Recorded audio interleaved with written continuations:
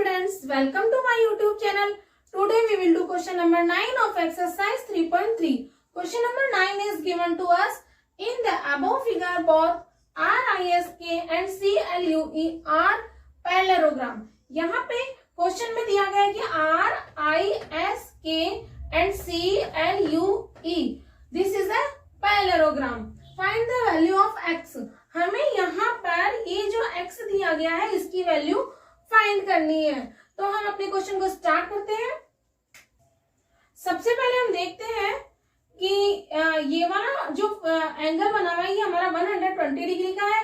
Then ये वाला भी हमारा 120 डिग्री का होगा because in a parallelogram opposite angles are equal. तो सबसे पहले हम इसी पैरेललोग्राम को ले लेते हैं. तो यहाँ मैं राइट करती हूँ. स्टार्टिंग से हम अपने क्वेश्चन को करना स्टार्ट करते हैं.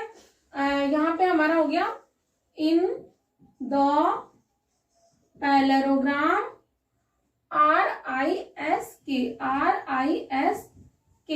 तो ISK. तो यहाँ पे हम इसे सॉल्व करते हैं. तो हम सबसे पहले हम देखते हैं R K and S angle. Sorry यहाँ पे इन है IN in angle R K and S equal होगा हमारा RISK. Angle RI and SK. यहाँ पे हम RIS यहाँ इसे हम एंगल 1 इसका नेम रख लेते हैं, राइट कर लेते हैं. तो यहाँ पे RKS. तो ये हमारा यहाँ पे हम देखते हैं कि एंगल RIS यानी एंगल 1 यहाँ पे हमारी 120 के बराबर हो गया. यानी एंगल 1 हमारे पास मिल गया 120 डिग्री. तो हमारे पास में इसकी वैल्यू हमने फाइंड कर ली है 120 डिग्री.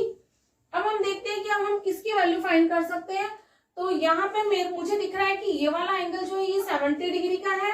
देन ये वाला जो एंगल यहाँ पे बन रहा है तो ये हमारा कॉरेस्पॉन्डिंग एंगल बन रहा है. तो हम इसे यहाँ पे एंगल 2 इसका नेम रख लेते हैं और इसे जो वैल्यू यहाँ पे इसकी होगी देन वही वैल्यू हमारी एंगल सी की होगी. तो हम यहाँ राइट कर लेते हैं एंगल 2 इक्वल टू 70 डिग्री. यहाँ पे हम इसकी प्रॉपर्टी राइट कर लेते हैं. कॉरेस्पॉन्डिंग एंगल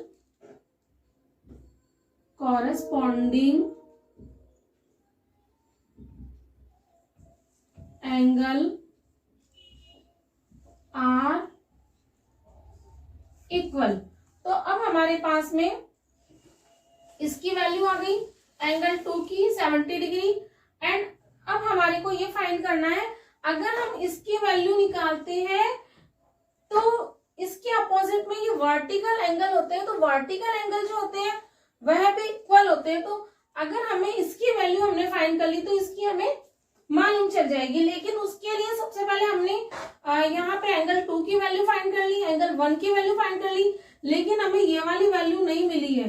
तो हम इसे हम एंगल 3 नेम रख लेते हैं एंगल 3. देन मैं आपको कह रही थी कि ये वाला एंगल 1 एंड एंगल 3 ये हमारे लीनियर पेयर बन रहे हैं और लीनियर पेयर होते हैं वह 180 डिग्री के होते हैं. तो यहाँ पे हम इसकी वैल्यू निकाल लेते हैं इसी के according. Angle 3 plus angle 1 equal to 180 degree.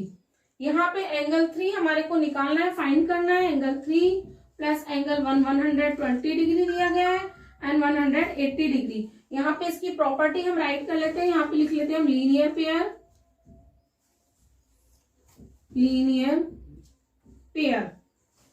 यहाँ पे angle 3 equal to 180 degree minus 120 degree. Angle 3 180 degree में से 120 डिग्री जब हम लेस करेंगे तो हमारा आएगा 60 डिग्री. तो अब हमारे पास में एंगल 3 की वैल्यू निकल चुकी है, एंगल 2 की एंड ये वाली एंगल. यहाँ पे हम ये जो है हमारा इंटीरियर एंगल है. इंटीरियर एंगल जो होते हैं इनका सम होता है 180 डिग्री. तो यहाँ पे हम एंगल सम प्रॉपर्टी यूज में लेकर के इसे सॉल्व कर लेते हैं. तो हम यहाँ पे राइट करते हैं एंगल सम प्रॉपर्टी. यहाँ मैं इसे राइट कर लेती हूँ एंगल सम प्रॉपर्टी. यहाँ पे हमारा एंगल 3 प्लस एंगल 2, और यहाँ पे इसे हम कुछ भी नेम दे देते हैं, यहाँ पे हम एंगल 4 इसका नेम राइट कर लेते हैं, तो plus angle 4 equal 180 degree. Angle 3 की वैल्यू हमारे पास में आई थी 60 डिग्री, प्लस एंगल 3 की वैल्यू 60 डिग्री, एंगल 2 की वैल्यू आई हमारे पास 70 डिग्री, प्लस एंगल 4 की वैल्यू हमें फाइंड करनी है, इक्वल टू 180 डिग्री। यहाँ पे 60 एंड 70 को प्लस करेंगे हम, तो हमारा आएगा 130 degree, plus angle 4 equal to 180 degree, then angle 4 equal to 180 degree, और ये 130 है तो ये इक्वल टू के बाद में जाएगा दूसरे डायरेक्शन में, तो ये हमारा माइनस में हो जाएगा 130 डिग्री। एंगल 4 इक्वल टू हमारे पास में आ गया 50 डिग्री। तो हमने एंगल 4 की वैल्यू भी फाइंड कर ली है। तो अब हमारे पास में यहाँ पे ये सभी की वैल्यू आ चुकी है। एंगल 1 हमारे पास में आया 120 डिग्री, एंगल 2 हमारे पास में आया यहाँ पे 70 डिग्री, देन एंगल 3 हमारे पास में आ गया 60 डिग्री, एंड एंगल 4 हमारे पास में आ गया 50 डिग्री। अब हमें यहाँ पे देखना है कि हमने ये तो निकाल ली, पर हमें निकालनी है हम एक्स की वैल्यू। तो एंगल 4 हमारे पास में 50 डिग्री आया, ये दोनों अपोजिट डायरेक्शन में है, यानी ये वर्टिकल एंगल है, तो वर्टिकल एंगल जो होते हैं वह हमारे इक्वल होते हैं। Then angle X degree equal to angle 4, यानी ये वाला एंगल हमारे एंगल 4 के बराबर में होगा। तो एक्स इक्वल टू हमारे पास में आ गया 50 डिग्री। तो यहाँ पे हमने इस एंगल 4 की वैल्यू यानी एक्स की वैल्यू फाइंड कर ली है। तो यहीं पे हमारा क्वेश्चन नंबर 9 कंप्लीट होता है। क्वेश्चन नंबर 10 हम करते हैं नेक्स्ट वीडियो में। तब तक के लिए goodbye and have a nice day.